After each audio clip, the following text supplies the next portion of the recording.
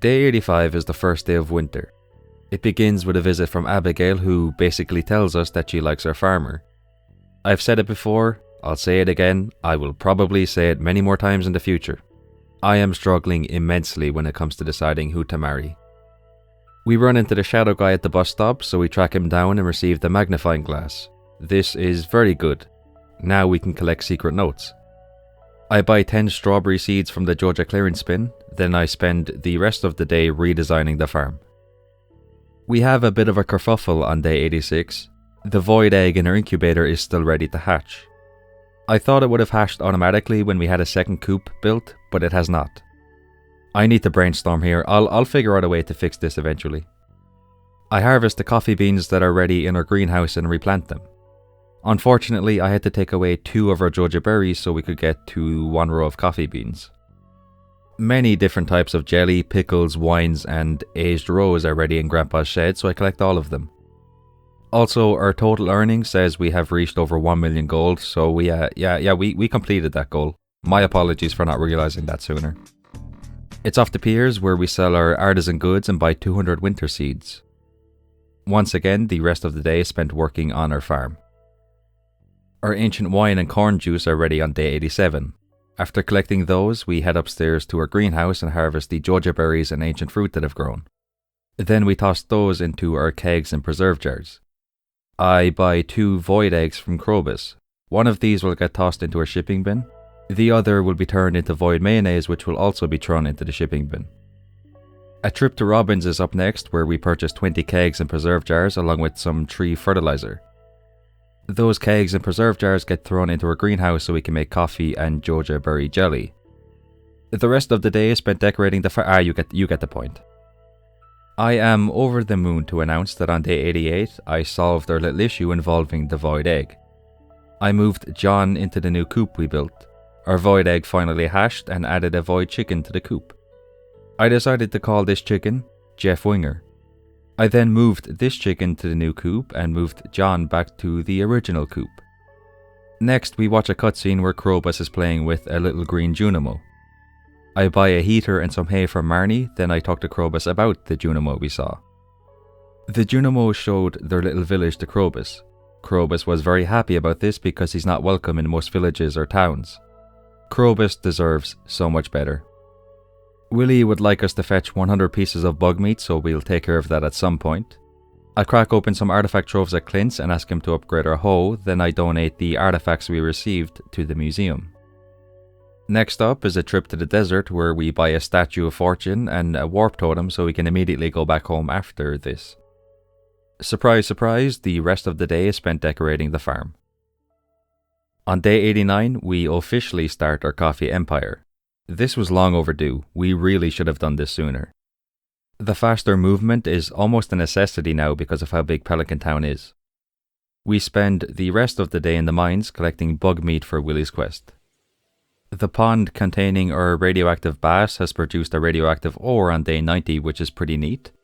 I collect my copper hoe from Clint, then I turn around and immediately ask him to upgrade it again. Once again, the rest of the day is spent collecting bug meat in the mines. Our winter forage is ready to collect on day 91. Like I said before though, we aren't going to use these to make tea saplings. We don't really need the money right now, and we can use the Georgia berries and ancient fruit in our greenhouse to get any money we need in the future anyway. The rest of the day is spent fishing.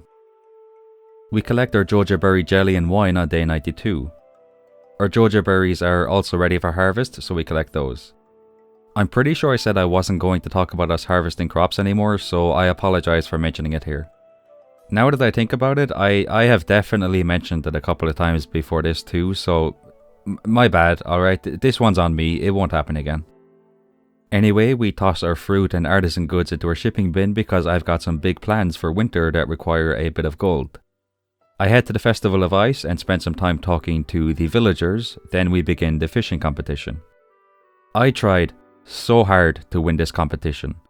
Like, I really put my all into it. I can't even begin to describe how much I wanted to win this competition, but alas, I guess I just didn't try hard enough. We made over 180,000 gold from the items we shipped, which is sensational.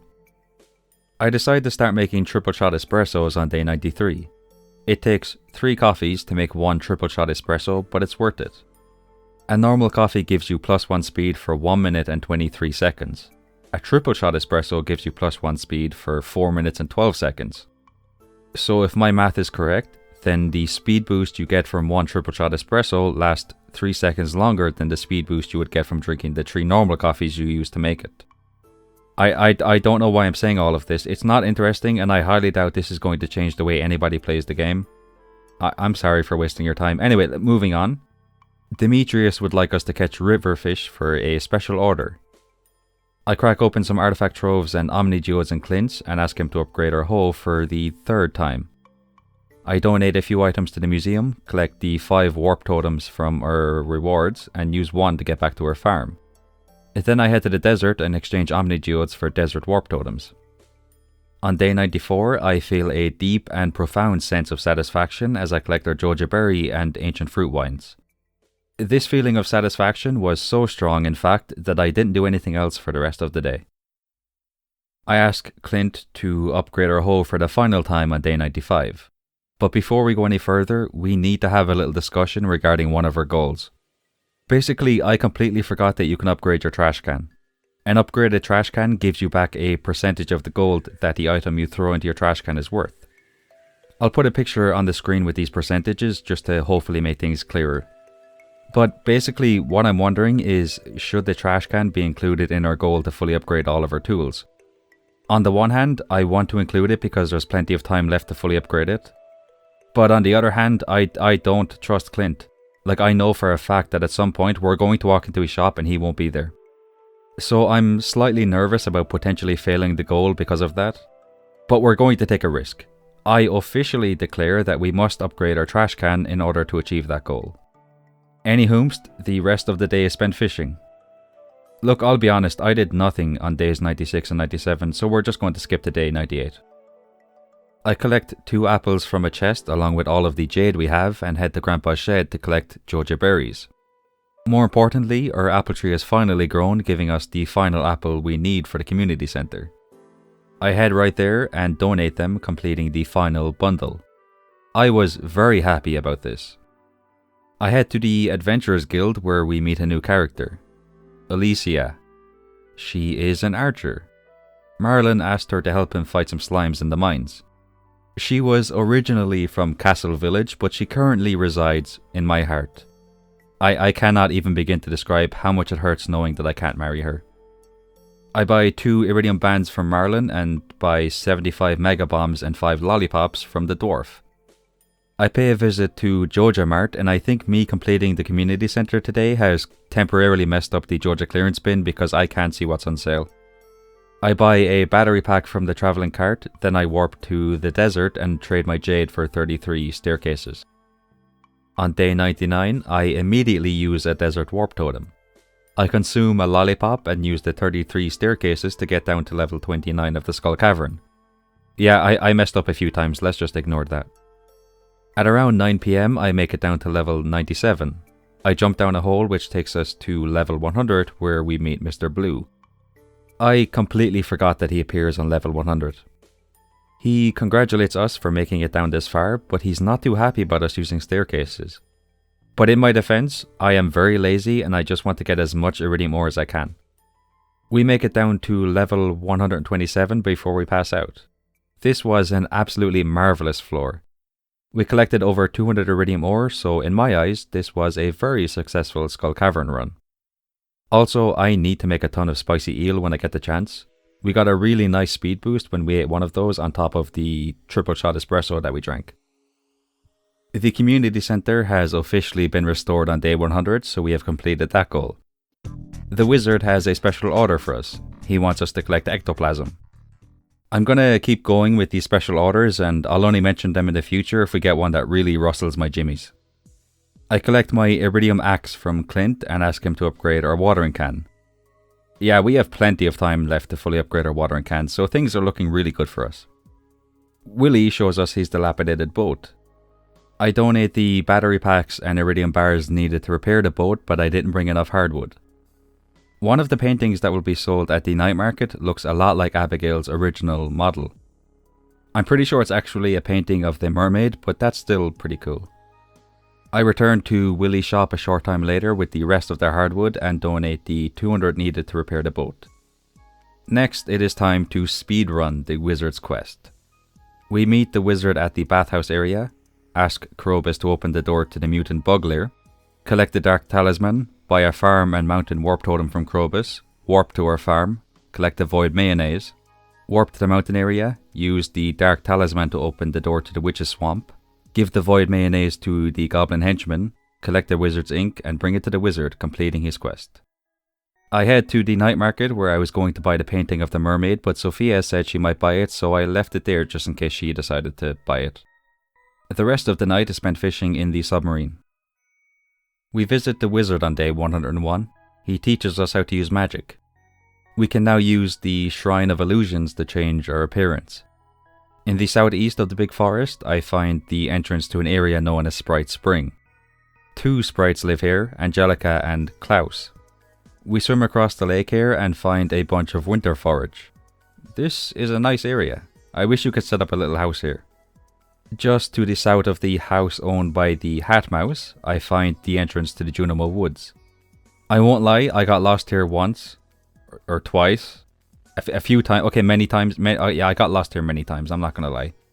I found an iridium meteor, so I broke that, then I finally made it to the Junimo Hut area. I assume this is the village Krobus was talking about.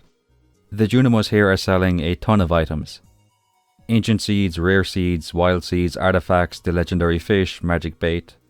We don't buy anything, but we will definitely come back here in the future. Lewis sends us a letter on day 102 to let us know that the person we will be giving a Christmas present to is Victor. Victor loves battery packs, so I'm happy with getting him. Next, we watch a cutscene where Claire arrives at Joja Mart to start her shift. Except the Joja Mart has been abandoned. Nobody told her. I feel really bad for her. I'm going to try to get the cinema built as soon as I can because I assume she'll end up working there if we do that. I collect my watering can from Clint and ask him to upgrade our trash can. Willie's shop is full of crabs for some reason. Gus joins us and offers to take them off Willie's hands. He then tells us he'll be having a sale on crab cakes for the next few days. If you don't have access to coffee, then I would highly recommend buying as many of those crab cakes as you can. They give +1 speed for 16 minutes and 47 seconds, which is basically an entire day. Next, it is finally time to go to Ginger Island. We collect a golden walnut and give it to a parrot so we can talk to Leo. But that isn't why we're here. The real reason we're here is because we need to make it all the way through the volcano. We've got a galaxy sword, triple shot espressos, cheese and a fully upgraded watering can and pickaxe, so this wasn't too difficult at all.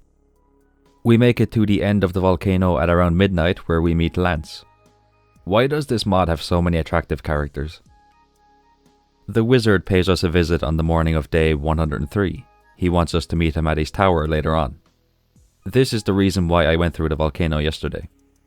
Also, Lance visits us and gives us his schedule. Basically, we can see where he is at all times.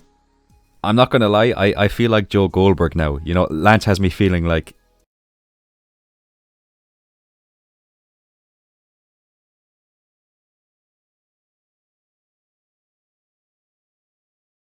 Also, Scarlett, Sophia's friend, visits us and lets us know that she has started working for Andy and Susan.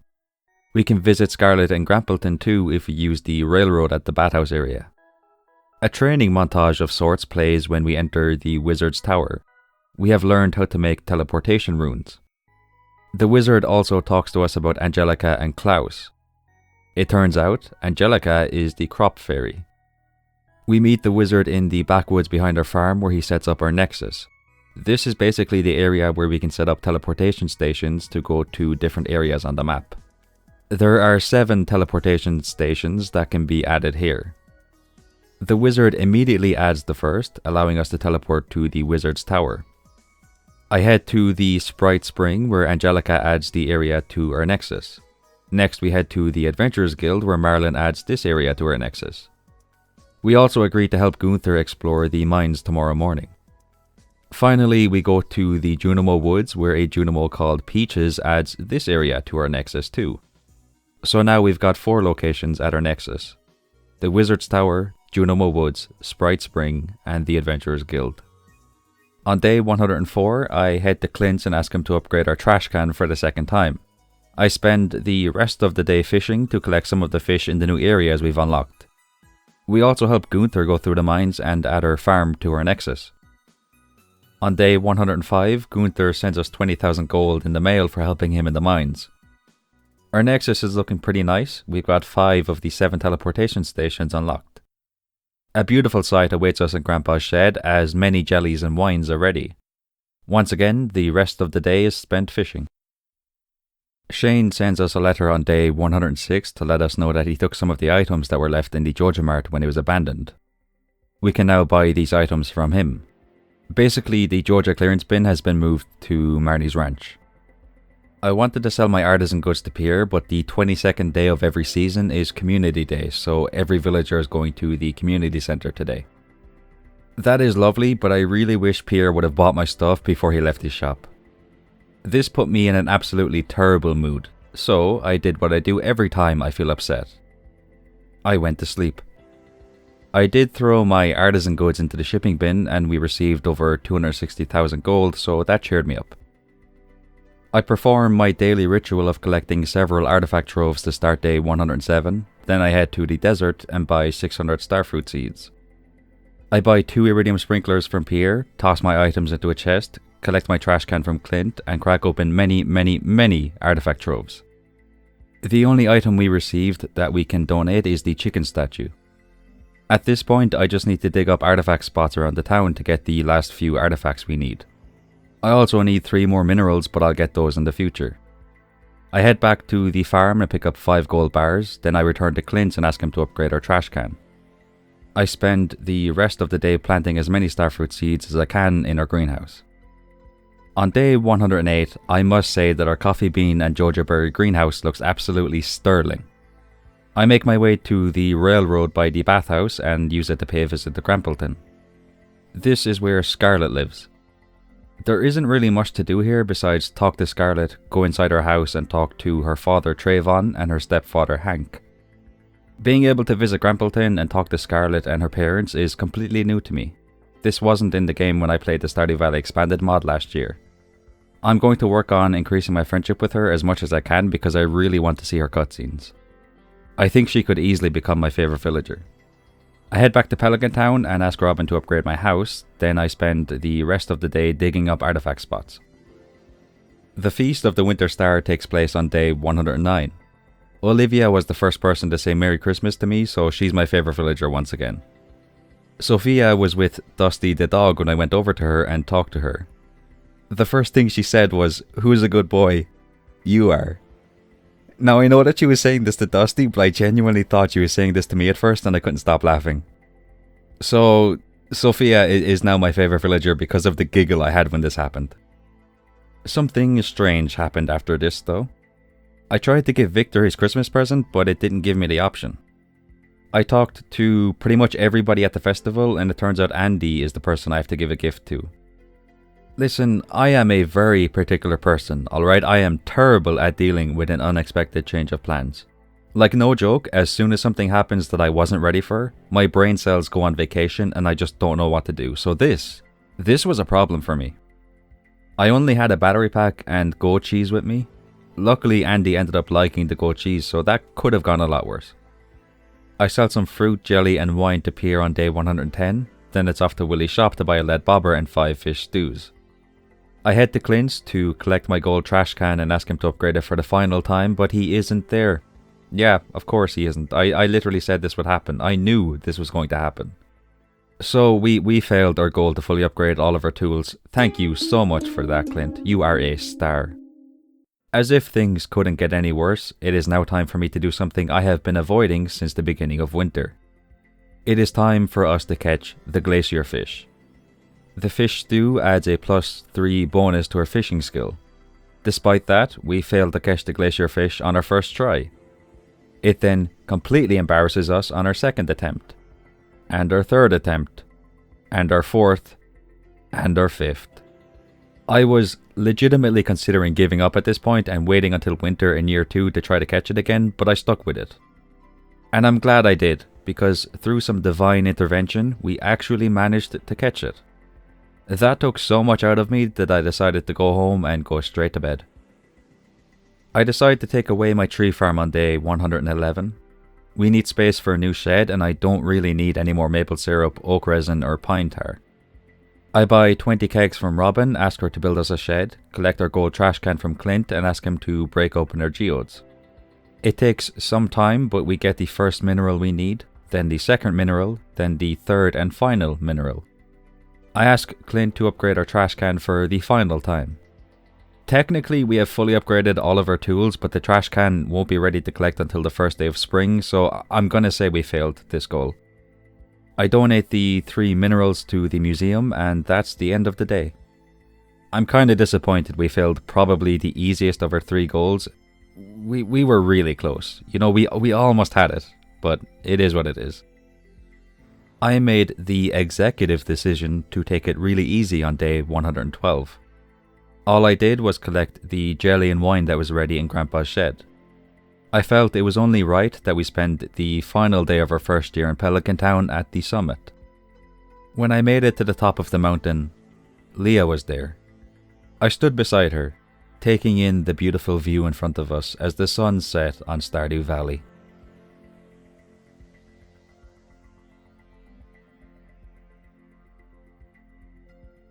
And that is the end of our first year in Stardew Valley Expanded. Let's take a quick look at how we did with our goals. We had 3 of them. The first was to complete the community center. We were able to get this done in the middle of winter. I was hoping we would have been able to do this around the end of fall, but better late than never. You know, we got it done. It is what it is. Our second goal was to earn a total of 1 million gold. We were able to do this, but I'll be honest, the Better Mixed Seeds mod definitely helped us out a bit with this one. Regardless, that's 2 goals completed. The final goal was to upgrade all of our tools to iridium quality. We were really close to achieving this one, but we failed. I don't even blame Clint for this one though, this one's on me. I should have paid more attention during the last few days. So we completed 2 goals and failed 1 goal, which I'm happy with. It could have been worse, could have been better. Could have been a lot better, but it could have been worse, so I'm happy. As for our second year, I have another 3 goals in mind. Our first goal will be to complete the shipping collection, the second will be to complete the fishing collection, and the third and final goal will be to reach maximum friendship with everybody. There might be somebody watching this video right now that has played through Stardew Valley Expanded, and they might be saying to themselves, yeah, one of those goals is impossible, like you literally cannot complete the fishing collection until year 3 or something like that. And if that's the case, if I have actually set a goal that on a technical level I literally cannot complete during year 2, then I'll burn that bridge when I get to it. And that is officially the end of our first year in Stardew Valley Expanded. I am fully aware of the fact that at the beginning of this segment I said that pretty much word for word, but I think you know by now that I tend to ramble a lot in my videos, I repeat myself a lot. Okay, you know what? I will see you all in spring.